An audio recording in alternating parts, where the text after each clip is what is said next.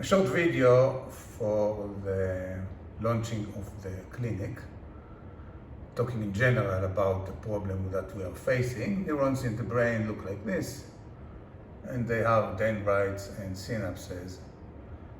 And the development of neurons is related to plasticity. Plasticity is a general name for the change that we can accomplish in brain organization and brain development.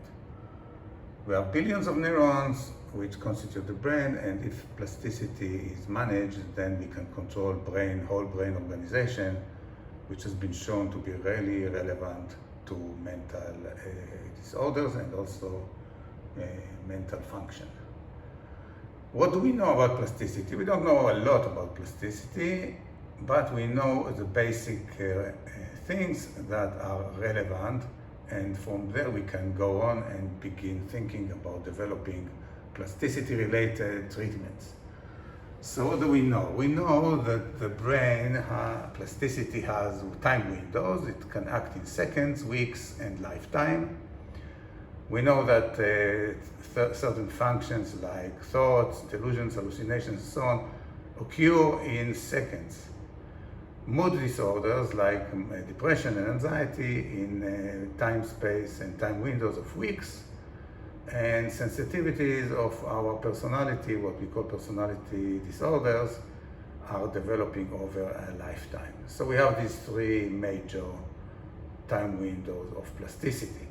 Now, these plasticity time windows act on whole brain organizations, and we know about whole brain organizations that the brain can organize in three major networks: the CEN, Central Executive Network, the Default Mode Network, DMN, and the Salient Network, SN.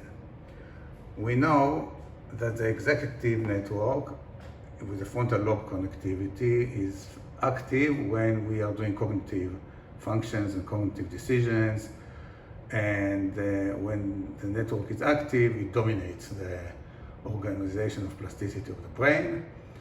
At rest, when it is not active, another network becomes dominant, the default mode network, which is an anti-network of the first one. They don't occur together. When the central executive network is active, the default mode network is not, and the opposite is correct.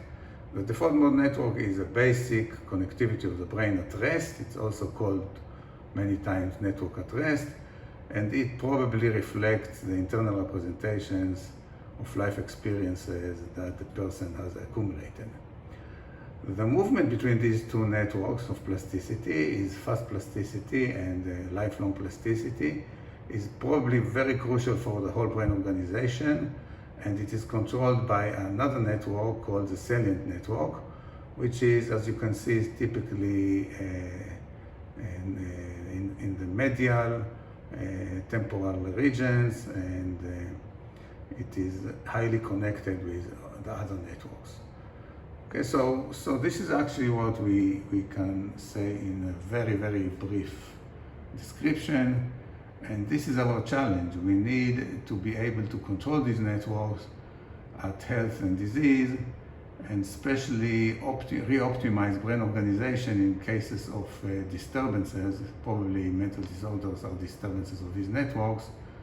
And to do that, we need to develop technology that controls these brain networks, and this is titled neuromodulation. And this clinic will make the attempt to advance in this way with patients and with technology, with startups, and with neuroscience.